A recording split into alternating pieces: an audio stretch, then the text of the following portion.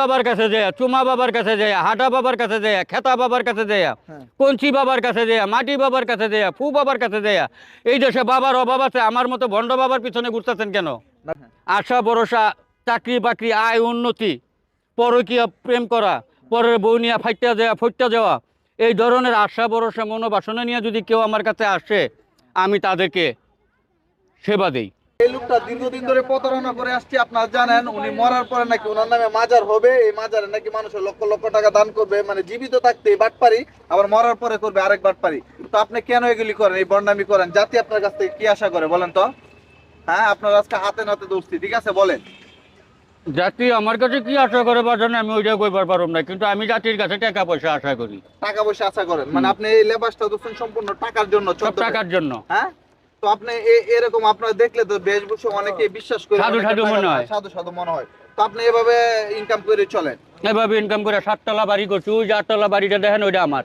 মানে এই বাড়িটাই আপনার? ওইটা আমার। দেখেন দর্শক, কত বড় প্রতারক হইলে পরে মানে মানুষের কাছ থেকে ধোঁকা দিয়ে একটা 8 তলা বিল্ডিং ঢাকা শহরের মতো একটা জায়গার মধ্যে করতে পারে। বুড়িগঙ্গা নদীর পাশে ওনার একটা 8 তলা ভবন আছে। তো এই যে আপনি এভাবে এত টাকা কামাইলেন, কিভাবে কামাইলেন একটু বলেন তো? আপনি মানুষকে কি বললে টাকা ধোঁকা দিয়ে টাকাগুলি আনেন? বিভিন্ন রকম মানুষের কাছে চাইলে মানুষ দেয়। আমার নাম হ্যাডাম বাবা, আমার একটা হ্যাডামি আছে, হ্যাডামির একটা পাওয়ার আছে। হ্যাঁ হ্যাঁ, তো আপনাকে তো হিসাবে আমাকে দেখলেই মানুষ টাকা দেয়, হ্যাডাম বাবা বলে আমাকে টাকা দেয়।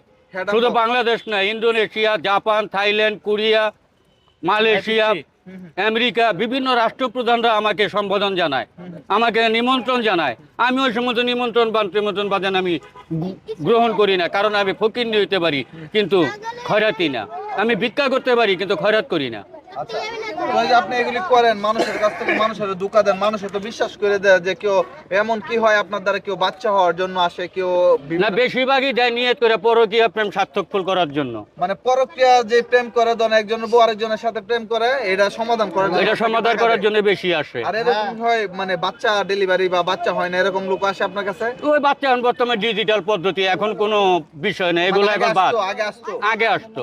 মানে কি করতেন আপনি সত্যি করে বলেন তো? আপনি যারা বাচ্চা হইলো না, এগুলো বলা যাবে না, আমি আপনি আমার গোপন জায়গায় হাত দিতেন। সরেন, আমার কথা শুনুন, জাতি জানতেছে আপনি। আমি কমু কেন? হ্যাঁ, আমি বলবো না। না, আপনি কি করেন ওদেরকে? আপনি তো প্রতারণা করেন। আপনি কি এরকম কি মানে মহিলারা সরলতার সুযোগ পায় ওদের সাথে খারাপ সম্পর্ক জড়ান না? এগুলো জিজ্ঞেস করবেন প্রেম বাবার কাছে যায়, চুমা বাবার কাছে যায়, হাটা বাবার কাছে যায়, খেতা বাবার কাছে যায়, কঞ্চি বাবার কাছে যায়, মাটি বাবার কাছে যায়, ফু বাবার কাছে যায়। এই দেশে বাবার অভাব আছে, আমার মতো ভণ্ড বাবার পিছনে ঘুরতেছেন কেন? না, ঘুরতেছি বন্ডর কাছ থেকেই তো আপনার কারণে যারা মানুষ পাগলকে বিশ্বাস করতে, তারা সলিড, না তারা সলিড, তারা গাঁজা খায়, তারা সলিড, তারা মানুষকে পেটে লাথি মারে, তারা সলিড, মানুষের বিশ্বাসকে পুঁজি করে তারা বিভিন্ন রকম আকাম কুকর্ম করে। কিন্তু আমি সলিডও না, আমি নির্ভেজালও না, আমি সলিড ভণ্ড। Solid bond. তো আপনার বন্ডামির একটা ব্যাখ্যা দেন তো, জাতি জানতেছে আপনি কি এরকম বন্ডামি করে মানুষের কাছ থেকে টাকা হাতায় নেন।